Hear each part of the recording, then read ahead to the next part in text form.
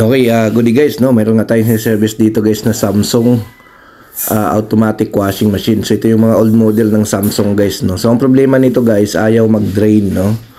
So ang problema, ayaw niya mag-drain, no? So ito guys ang aming tinitingnan ngayon. So ang ginawa namin guys, nilagay namin siya sa spin, tapos tinignan namin kung humahatak yung kanyang drain motor. So ito guys, napansin namin, hindi humahatak ang kanyang drain motor, no? Kasi nga pag mag-test kayo guys na ayaw mag-drain, lagay nyo lang sa spin mode tapos tingnan nyo yung pinaka-drain motor sa ilalim kung humahatak, no? So ito guys, walang hatak, no? So ngayon para ma-identify natin kung drain motor or board, kukunan natin ng supply, no? Yung pinaka, ayan, kung mapansin nyo, umikot yung gitna niya. So ibig sabihin walang hatak yung drain, no?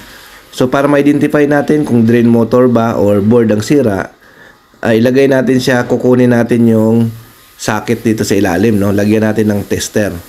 Tingnan natin kung may 220 na binabato yung control panel, no? So hugutin natin yung socket, ito. Hugutin natin 'yan. Pag nahugot na natin 'yan, guys, lalagyan natin ng tester, no? Ito yung socket, no? So lagyan natin ito ng tester. Tapos ilagay natin sa spin mode yung washing machine, no? So, dapat mayroon tayong marireading na 220 dito kapag naka-spin mode yung washing machine. Ayan. So, ayan guys. Lagyan natin ang tester, no? So, ilagay natin sa spin mode yung washing. Tingnan natin kung mayroon siyang 220 na output galing sa board. So, ganun lang naman kadali guys pag-identify, no? Kung ayaw mag-drain, para ma-identify kung drain motor or board.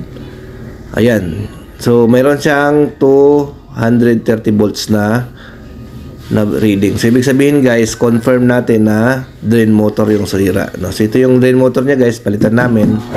Yan po ang naging sira niya. Kaya ayaw niya mag-drain, no? So, okay. Sa mga gusto po service, no? Message lang kayo sa aming Facebook page sa Northia Repair Shop. Ayan.